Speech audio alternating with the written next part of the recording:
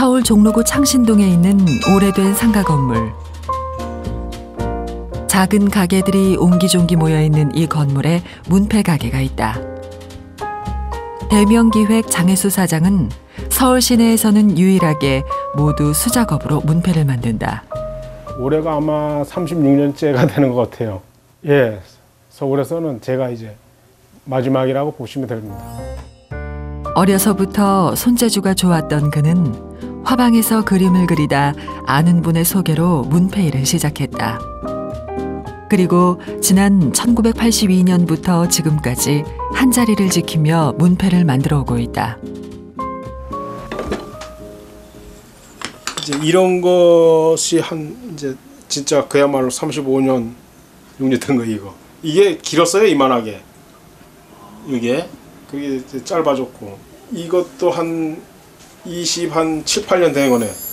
이거 한번 해보니까 여기도 굉장히 좁아졌고 이것이 크기가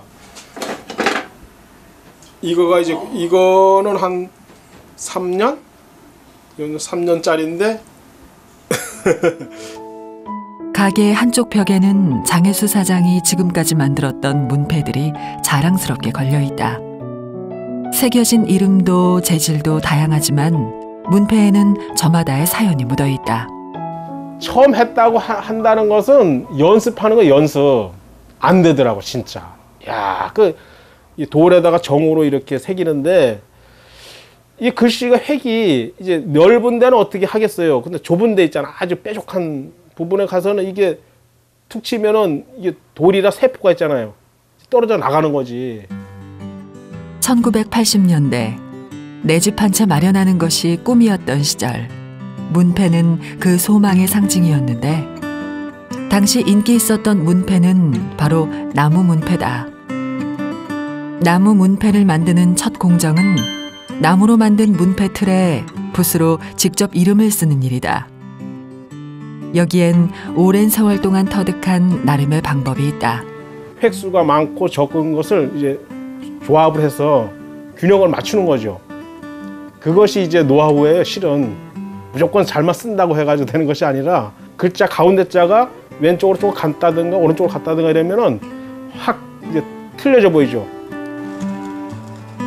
다음은 붓글씨로 적은 이름을 조각칼로 파내주는데 단단한 나무라는 게 믿겨지지 않을 정도로 장혜수 사장의 손놀림에 거침이 없다. 다음엔 황토를 물에 개어낸 토분을 나무 문패 전체에 골고루 발라준다. 이거 왜 하냐면은 나무에 이제 눈이라고 있어요. 이제 나무 결 그 사이가 들어가 있잖아요. 그래서 이거를 그 사이를 메워주는 역할을 하면서 색깔을 이제 좀 나무가 좀 칙칙하니까 좀 예쁘게 이제 이렇게 색을 내주는 거죠. 토분이 잘 마르면 그 위에 다시 붓으로 한 번 더 이름을 써준다. 이렇게 문패는 여러 번 이름을 적는 정성이 필요한 작업이다.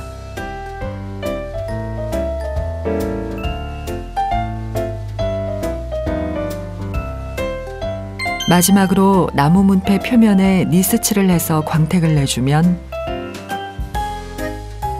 나무 문패가 완성된다. 나무 문패 다음에 인기 있었던 문패는 대리석 문패다. 새로운 문패를 만들자. 근데 그 당시에 다 음각이었어요. 또 저기 이제 공동묘지 같은 데 가면은 비석이 다 음각이에요. 그래서 살아있는 분은 이제 글씨가 튀어나와야 되지 않겠는가. 그래서 제가 이제 양각을 이제 조각을 하게 됐어요. 음각이 글자나 그림을 따라 오목하게 파내는 기법을 말한다면 양각은 가장자리를 파내 글자나 그림이 도드라지게 만드는 기법이다. 대리석 문패는 바로 이 양각의 방법을 사용한다. 먼저 대리석 문패에 붓으로 이름을 쓰고 이름을 제외한 바깥 부분을 정으로 쪼아낸다. 처음에는 많이 망쳐먹었어요. 이게 돌도 깨지고 이게 깨져요. 이게 치면 이게 거의 다 새겨가지고 깨지는 거야. 그 사람 환장하지. 지금은 이제 거의 뭐 그런 건 없죠. 깨지고 또 깨지고 처음에는 하루 종일 정을 붙잡고 쪼아도 끝나지 않았던 작업. 35년의 경력이 붙은 지금 장혜수 사장은 30분이면 대리석 문패 하나를 만들 수 있다. 대리석 문패의 바깥 부분을 다 쪼아내면 깨끗한 물에 한번 씻어준다. 그 다음 볼록하게 솟아오른 부분을 따라 붓으로 이름을 써주는데 하얀 바탕 위에 검은 이름이 도드라지는 깔끔한 대리석 문패. 한때 이 대리석 문패는 하루에 30개 이상 주문 제작을 받을 정도로 인기 상품이었다.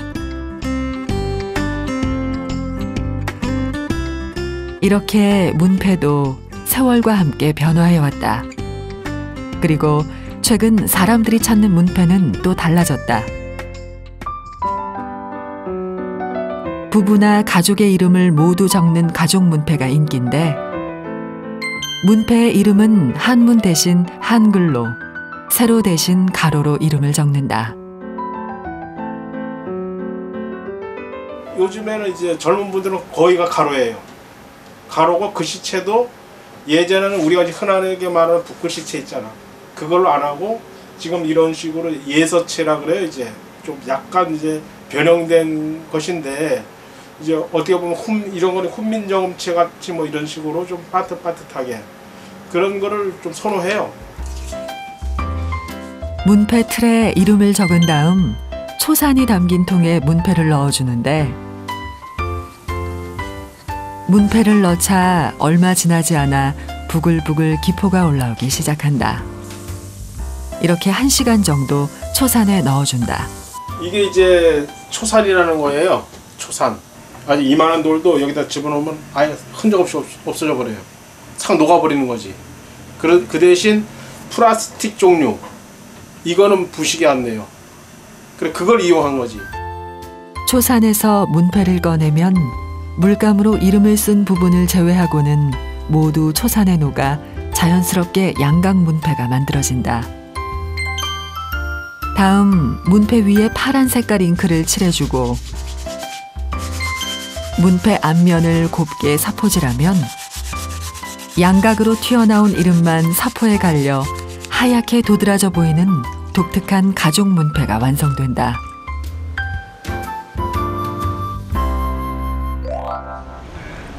아침부터 늦은 저녁까지 불이 켜져 있는 문패 가게. 하지만 이제 문패를 찾는 이는 그리 많지 않다.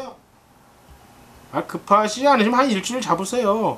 그럼 이제 넉넉히 해드릴게.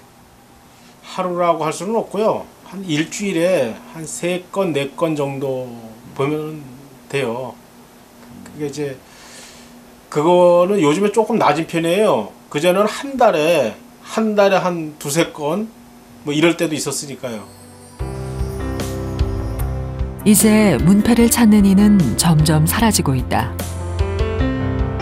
하지만 처음으로 내 집 앞에 건 문패에 대한 기억은 사라지지 않는다. 각자 이름을 많이 새겨줬잖아요. 그분들에게. 근데 저는 이제 어찌됐든 세월이 가서 그 물건이 이제 그 문패가 낡아서 어떻게 됐을 수도 있어요. 그러나 그 당시 새길 때마다 항상 정성 들여서 새겼었고 그분들이 가정이 다 평화롭고 잘 되기를 이제 기원했었던 그런 마음이 있었다는 거.